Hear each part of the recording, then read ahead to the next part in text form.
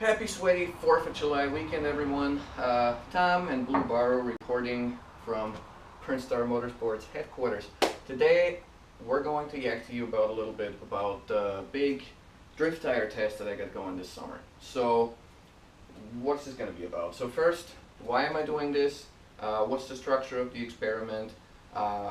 What's the track layout going to look like? A little bit of driving footage.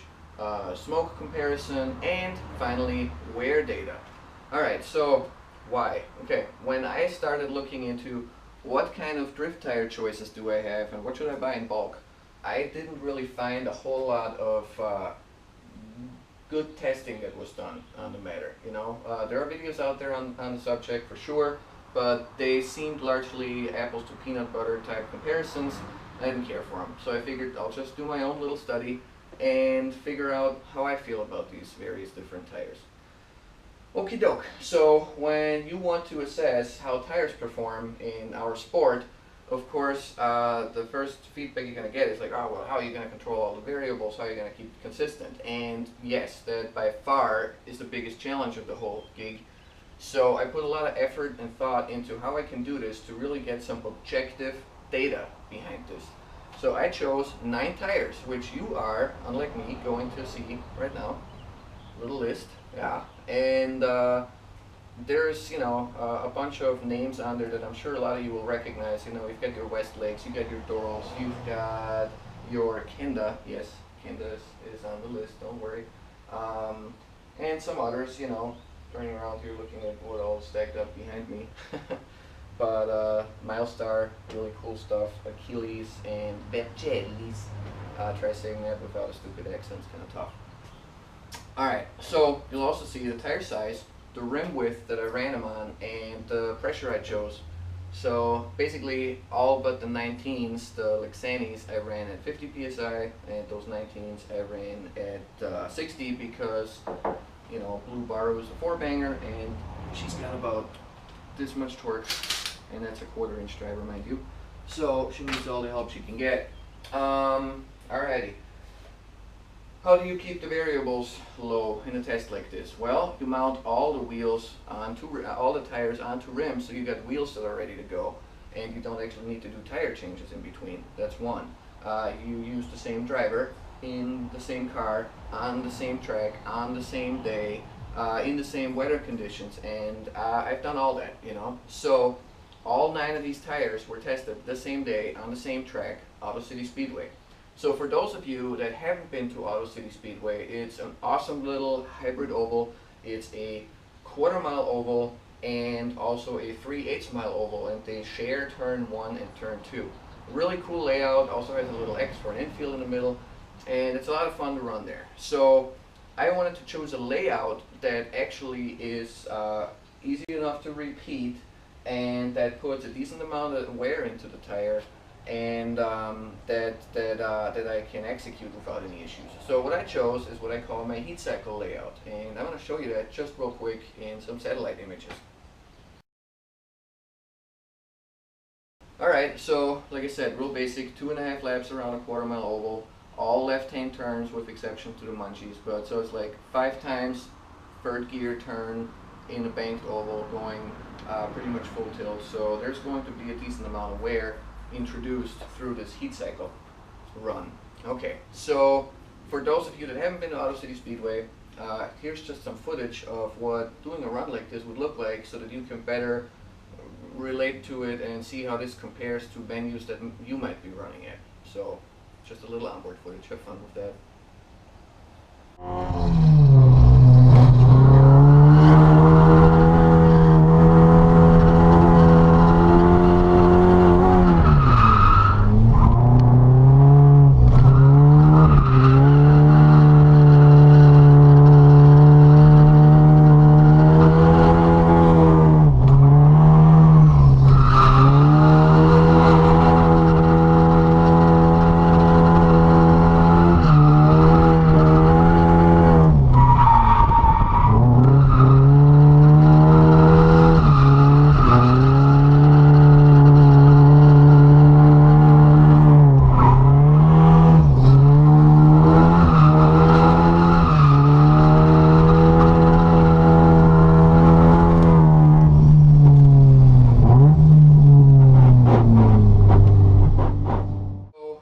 this is really trying to gather data that's objective. But let's be honest, what's also a lot of fun about drifting is extremely subjective, and that is the smoke output of your tires. So without further ado, I've had a camera mounted on the car in the same spot for all the runs, and I ranked the tires by how I feel I liked the smoke output. So have fun watching that, guys.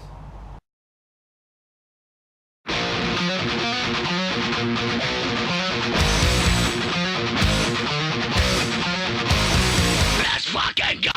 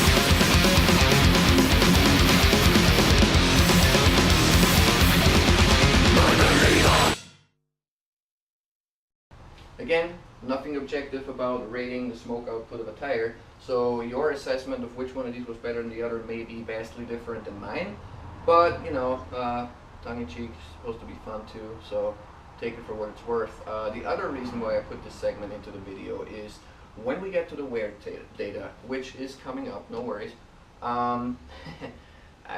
don't want you guys to feel like, oh, this tire did so much better than the others. He was probably just like not running it as hard or something. And so I think between showing you some of the smoke footage and showing you the layout and all that, I hope that you can have some confidence that yes, I really tried to run these as close to the same as possible. The one that got a little special treatment, if you want to call it that, was the Doral, and you saw that in the smoke video probably. It was the first tire I ran that day, and they must have had a mud bog out there or something, because the whole track was just covered in sand, you know. So that first run was a little slicker and probably not as quick as the others, but again, it's 5 banked turns back to back, you know, so yeah, you're still going to put a lot of wear into that tire, even if it's a little slicker out than for the rest of them. And then the tire that I ran immediately after already felt way different, you know. And so I really feel like the characteristics of the Doral are just that they are kind of a greasy tire compared to most of these others. Okay. All right. So, wear, objective, data, spreadsheets, all that good stuff. I will be the first to admit that I have a moderate Excel fetish, and so here comes a spreadsheet. All right, so what did I do? I took all these tires and marked them in 3 different locations. I marked them driver's side shoulder, center, inner shoulder, center, passenger side shoulder with paint markers, and then I measured the tread depth there in millimeters. That was to record the state as the tires were new, okay? And then after this heat cycle run, meaning each tire got one of those 2.5 laps around Auto City, I took them all back to the shop and I measured them all again. And here is that data. This is all in millimeters. So you can see driver's side tire free measurements, passenger side tire free measurements when they were brand new. And then followed by what those same measurements came back as in the same locations when they had their heat cycle on them.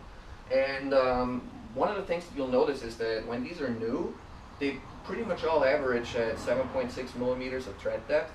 And that the wear reflects, of course, what I call NASCAR wear of running in an oval. With the color-coded formatting, it's really easy to see that too. But that was just to record how bad did those tires wear. All right, so now what does that actually tell us? What can we take from this? Well, here comes another spreadsheet.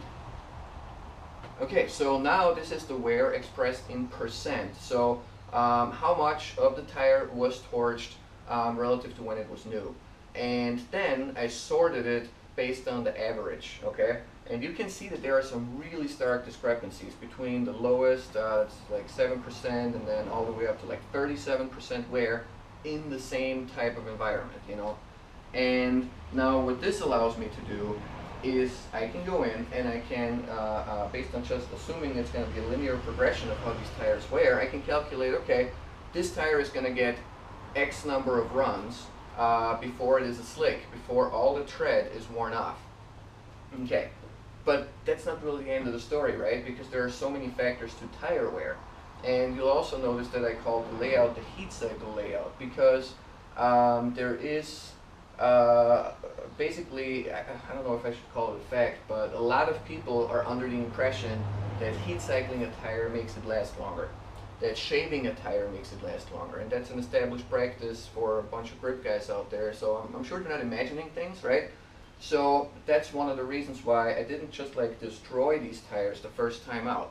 I ran them through the heat cycle to actually, you know, have them gas out, get that first layer of rubber off of them, and then have them sit around, you know, before taking them to the track again and finishing them off, basically. And so now, I've measured what the tread on these tires looks like. And I can just calculate, okay, I got 30% wear the first time out, so I'm going to get 3 point some runs out of this before they're slicks. But that only tells me without factoring in the heat cycling. So now if I see that, oh, I actually get 5, 6, 7 runs out of this tire before it actually is a slick, then that would be a really good indication that this is a tire that is very susceptible to a heat cycling procedure. If the projected runs come out the same as the observed runs, then that means that, yeah, you know what, this doesn't really do you any good. You might as well just bring this to the event green and don't worry about heat cycling it. So that's one of the reasons why I recorded the data as I did. The other thing is that there is more to a tire than just its tread, right? And I'm sure that people that actually work in that industry are probably going to throw up with the terminology that I use, but bear with me. From the bottom up, I guess, you've got your ports, like the shiny stuff on this particular one right here.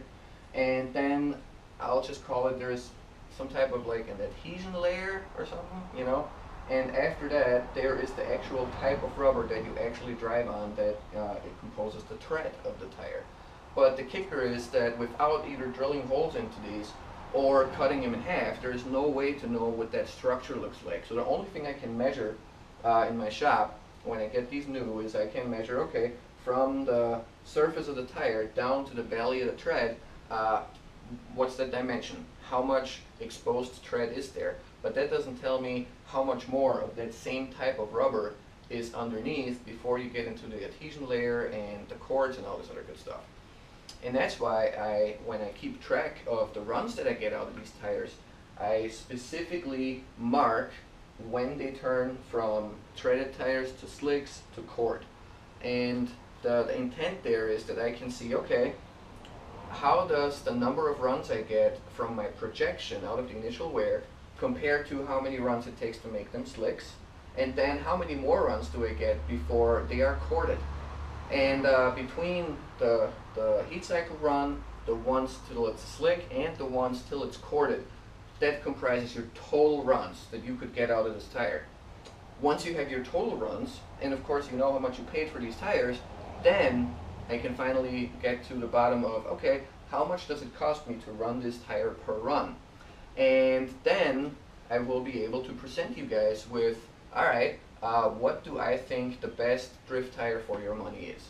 So that's why I called this video the baseline data video, because yeah, you got to see some smoke, you got to see the car driving around and all that good stuff, and I'm able to show you the wear data, ranked and all that, but I have not yet killed all of these. And once I have, which, you know, give it a couple weeks, I'll be able to do a follow-up on this, and then the spreadsheet will just be expanded a little bit by, like I said, I already have the data to do the projected runs till they're bald, observed runs till they're bald, observed overall runs till they're corded, and then based on those and based on what I paid for them, I can show you, okay, this is what it costs per run for this tire.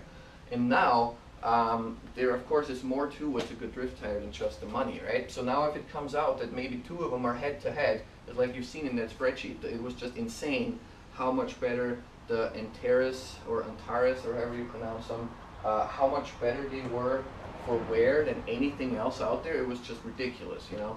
But maybe those have a wear behavior where they don't actually wear to the bottom of the tread. Maybe you don't even make it into the cords because they start chunking and delaminating, you know.